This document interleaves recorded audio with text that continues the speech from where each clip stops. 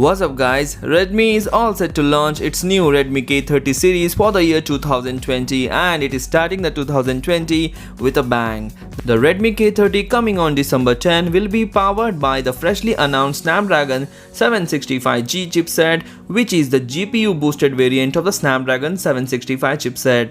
Qualcomm is yet to detail the Snapdragon 765G chipset, but we know it will come with a Snapdragon X52 multi-mode 5G modem integration, offering download speed up to 3.7 Gbps. The company also posted an image on Weibo confirming the Redmi K30 will boost an 6.67-inch display with a 4.38mm long cutout in the top right corner for the dual selfie camera.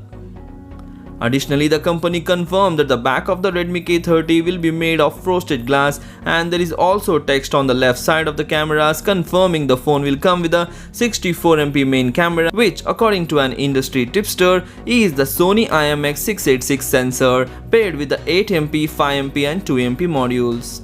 We still don't have the official specification sheet of the Redmi K30 yet, but the company has already confirmed that it will come with a punch hole display, a side-mounted fingerprint reader and a total of 6 cameras, 2 on the front and 4 at the back.